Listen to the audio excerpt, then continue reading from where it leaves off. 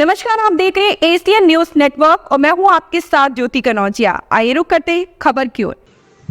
Voting से पहले सुबह सपा के 24 से ज्यादा नेताओं ने छोड़ी पार्टी।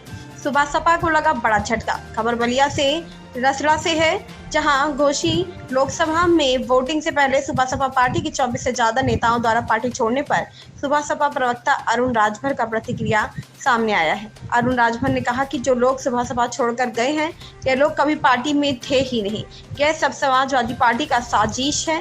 तब इनको जनता नहीं मिल रही थी, तो ये लोग दूसरे जिले से लोगों को लाकर उनको टोपी पहना करके उनको सुहेल देव भारतीय समाज पार्टी का बताकर ये मैसेज देना चाह रहे थे। भारतीय समाज पार्टी में इस तरह का बात चल रही है। हमारा एक एक कार्यकर्ता पूरे मजबूती व ईमानदारी के साथ हमारे साथ खड़ा है।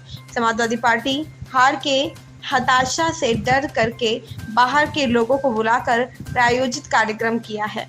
इनमें से एक भी व्यक्ति को नहीं पहचानता हूं और कहा कि 1 तारीख को मतदान होने के बाद 4 तारीख को यह विपक्ष के लोग सवाल उठाएंगे तथा ईवीएम को लेकर रोना रोएंगे और कहेंगे कि ईवीएम ने साथ नहीं दिया है, इसलिए हम लोग चुनाव हार गए हैं। मीडिया से रूबरू होते हुए अरुण राजभर ने क्या कुछ कहा, ध्यान से सुने। संजय राय की रिपोर्ट। तकरीबन 2 दर्जन से ज़्यादा जो आपके उस भाजपा के जो नेता हैं वो पार्टी छोड़कर और दूसरे पार्टी में वो चले गए हैं और गंभीर उनका आरोप है। जैसे सुभाष चंद्र यादव जी हैं, वो गंभीर आरोप लगा रहे हैं आप लोगों के ऊपर, आपके ऊपर, अरविंद राजभर के ऊपर और ओम प्रकाश राजभर के ऊपर कि हमारे 19 वर्षीय का एक भतीजा है वो इस पार कर गया, ये लोग पूछने के लिए भी नहीं है। तमाम ऐसे बड़े बड़े गंभीर आरोप उनके द्वारा लगाया जा रहा है और पार्टी छोड़ा गया। क्या आप कहेंगे? चुनाव में प्रायोजित कार्यक्रम बहुत लोग चलाते हैं और ये समाजवादी पार्टी के प्रायोजित कार्यक्रम थे।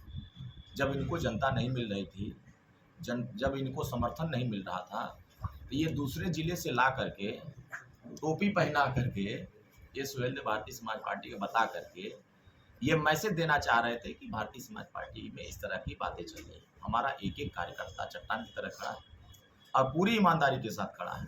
समाजवादी पार्टी का जो चेहरा था ना, जो उनका अहंकार था, उसको हमने बेनकाब कर दिया और बेनकाब होने के बाद वो हार के हताशा से डर करके ये बाहर से लोगों को बुला करके, उसमें एक नाम भी हम खुद नहीं पहचान रहे कि कौन कौन लोग हैं। जब हम खुद नहीं पहचान रहे तो हमारी पार्टी कार्यकर्ता कैसे?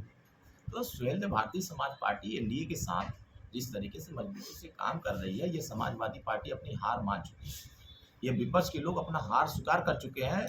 मोदी जी के सामने ये लड़ने की क्षमता नहीं रख पा रहे हैं। देखिएगा, चुनाव संपन्न होगा, 1 तारीख को वोटिंग हो जाएगा कल, और 4 तारीख को जब मतदान गिनती शुरू होगी वोटों की, ये सभी विपक्ष के लोग ईवीएम का गाना शुरू कर देंगे। ईवीएम ने साथ नहीं दिया, ईवीएम ने साथ नहीं दिया, ईवीएम ने साथ नहीं दिया, ये ना करेंगे और ये खटाखट हटेंगे। तो आपका कहने का मतलब ये था कि जो 24 से ज़्यादा जो लोग छोड़े थे उस भाजपा के, वो पार्टी के, आपके पार्टी के नेता वो लोग नहीं थे? बिल्कुल नहीं थे। देखिए क्या है कि हम तो बोले प्रायोजित कार्यक्रम समाजवादी पार्टी हमेशा करती है। जब जब चुनाव आते हैं या कहीं भी कोई बड़े आयोजन होते हैं तो इस तरह के प्रायोजित कार्यक्रम समाजवादी पार्टी करती है। हमारी पार्टी एनडीए गठबंधन पूरी मजबूती के साथ चुनाव मैदान में है।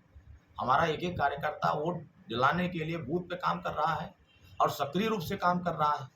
जो खुद अपना वोट नहीं डाल सकता प्रत्याशी, वो दूसरे को दूसरे जिला से ला करके इस तरह का हरकत करा करके अगर वो वोट की इंतजाम कराना चाह रहा हो तो वोट मिलने वाला नहीं है। बाहर ही आकर के वो खुद, जो प्रत्याशी समाजवादी पार्टी के, वो खुद अपना वोट तो डालेंगे नहीं। अगर वो डाल दें तो बता दें। बाहरी लोग आ करके अगर बड़ी बड़ी बातें करें, झूठा झपाट पंचायत बतियाए, अब उत्तर घोसी लोकसभा क्षेत्र की जनता ऐसे घमंडी लोगों को पहचान चुकी है। इन्हीं के नेता ने कह रहे थे कि घमंडी राय है ये, इन्हीं के नेता कह रहे थे ना कि ये अपना बूथ नहीं जिता पाते हैं। तो जो अपना बूथ नहीं जिता पाता है वो घोसी को कैसे जीत लेगा? घोसी की जनता बहुत समझदार है। घोसी की जनता विकास को पसंद करे। आज 3 घंटा में हम अगर लखनऊ पहुंच रहे हैं तो घोसी की जनता इससे खुशहाल। आज विपक्ष हमेशा से साजिश करता रहा है। वो तो साजिश ये भी कह रहे हैं संविधान खत्म हो जाएगा, वो तो ये भी कह रहे हैं आरक्षण खत्म हो जाएगा, वो तो ये भी कह रहे हैं कि लोकतंत्र खत्म हो जाएगा। क्या है, आप पुराने बाइट उठाकर देखिए 2022 की। समाजवादी पार्टी सुप्रीमो ने कहा कि 2024 में अगर 22 में मोदी जी की सरकार योगी जी की बन जाएगी तो 24 में फिर चुनाव ही नहीं होगा। तो ये रटी रटाई बातें जो समाजवादी पार्टी और उसके गठबंधन के लोग कर रहे हैं, मुझे ऐसा लगता है कि समाजवादी पार्टी के लोगों को अब पब्लिक नहीं मिल रही है। आए तो थे शहजादे साहब, दोनों जोड़ी लेकर के आए थे, फ्लॉप हो गई, भीड़ आई नहीं, कुर्सी खाली रही।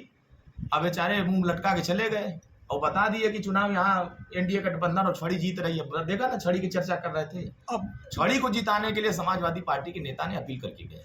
समाजवादी पार्टी सुप्रीमो ने कहा कि छड़ी को जिताइए और विकास को आगे बढ़ाइए।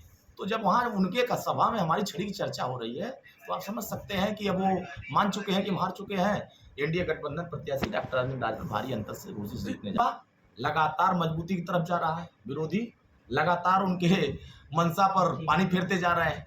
देखें, उन्हीं के दल के लोग, चाहे एडवोकेट राम हरि चौहान साहब आए हों हमारे साथ, भरत भैया आ गए हो, राम इकबाल सिंह आ गए, नारद राज जी आए, ये हमारे एनडीए गठबंधन को वोट बढ़ाने आए हैं। और किसका सरकार है? लेकिन समझ सकते हैं कि इसी गुंडागर्दी को खत्म करने के लिए जनता मन बनाई है कि 1 तारीख को वोट देंगे छड़ी पर और गुंडागर्दी खत्म करेंगे। देखिए, समाजवादी पार्टी अब आने वाले समयों में जो संकल्प लिए हैं 2029 तक का, मुझे लगता है ये 27 में तो कुछ होना नहीं है उन लोगों से, 29 में भी कुछ होना नहीं है। ये 47 के बाद सोचें अब कि 47 के बाद इनकी लड़ाई कुछ उत्तर प्रदेश देश में कहीं टिमटिमाएगी और 47 आते आते कांग्रेस को लोग भूल जाएंगे कि इस धरती पर कांग्रेस भी कोई पार्टी थी।